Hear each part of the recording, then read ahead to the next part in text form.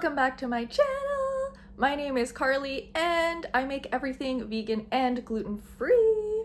In today's video, we are going to be making one of my favorites. I have made it like religiously several times a week since I discovered this recipe. It is so good. You might have seen it on my shorts feed.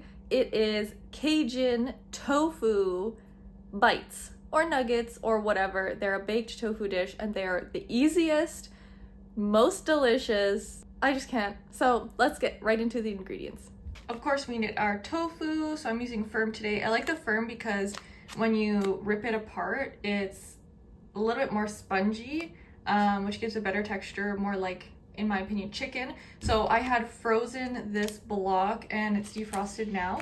What I'm gonna do is drain it, and then I'm just gonna squeeze it out with my hands. I like that better than pressing it. I find like you can squeeze it quite a bit without actually damaging it, but since we're ripping it apart, kind of doesn't matter. Olive oil, cornstarch, Cajun seasoning, of course, nutritional yeast, and salt. All right, I have squeezed it out, and there's our texture inside.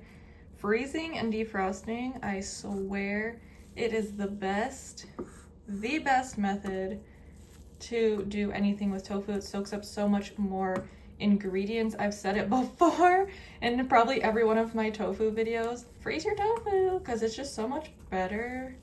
So we're just gonna rip it into bite-sized pieces. You can do bigger pieces if you want.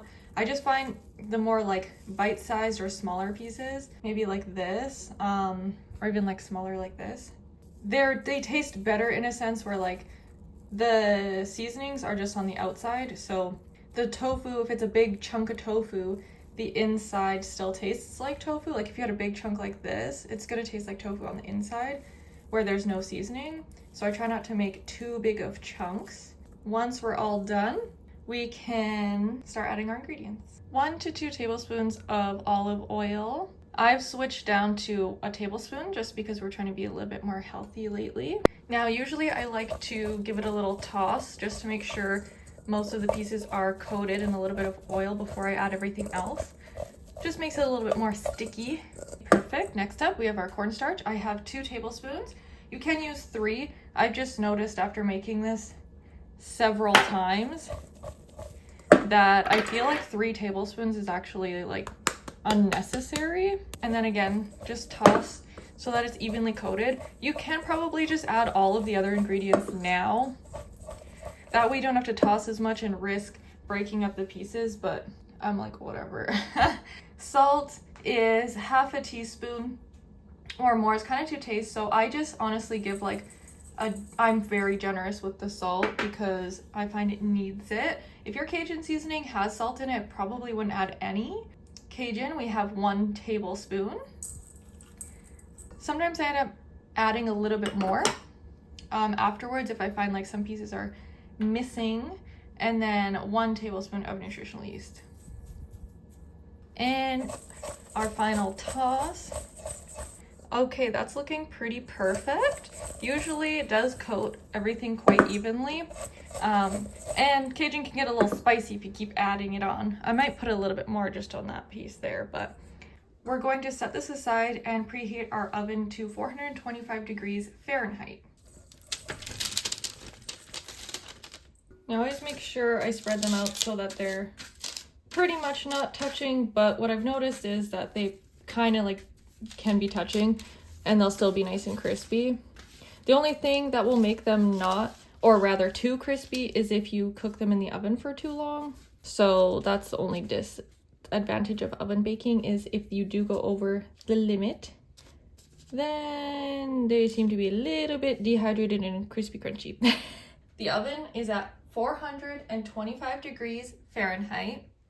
We are going to be baking both of these trays at the same time for 20 minutes. While we are waiting, let's make some honey mustard. But obviously we're not going to put honey in it. 1/4 cup of vegan mayo. 1 tablespoon of maple syrup. You could use agave as well. 1 tablespoon of yellow mustard.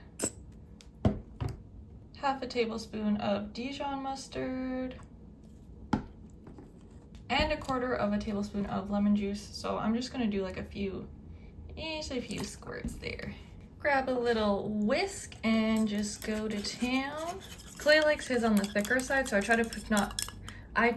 to not put too much lemon juice.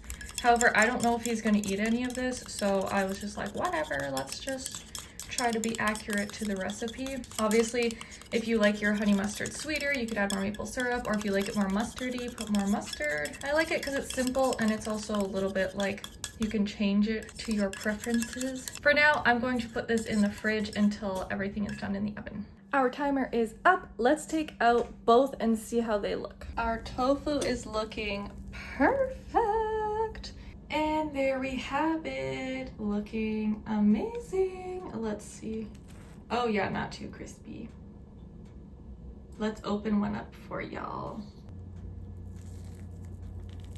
Ooh. Like, look at that. That's what you get from freezing your tofu. You hear that? Oh, beautiful. I already know these are gonna be amazing because obviously I've made them a million times, but for you guys, plenty of our honey mustard.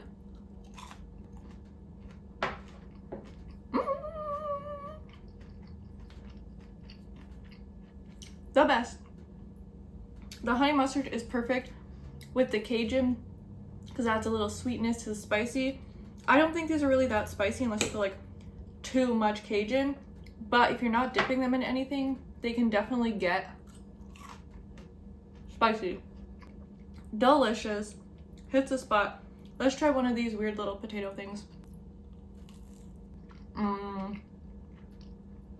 That's not good. It's really not good. It just tastes like nothing. I think the flour just made it taste like nothing. It tastes like nothing. I'm gonna still eat them because I'm hungry, but would not recommend. They're not even like a good texture. Anyways, that will be it for this video. I hope you guys enjoyed. I hope you learned something new. And with that, I will see you in the next video. Bye!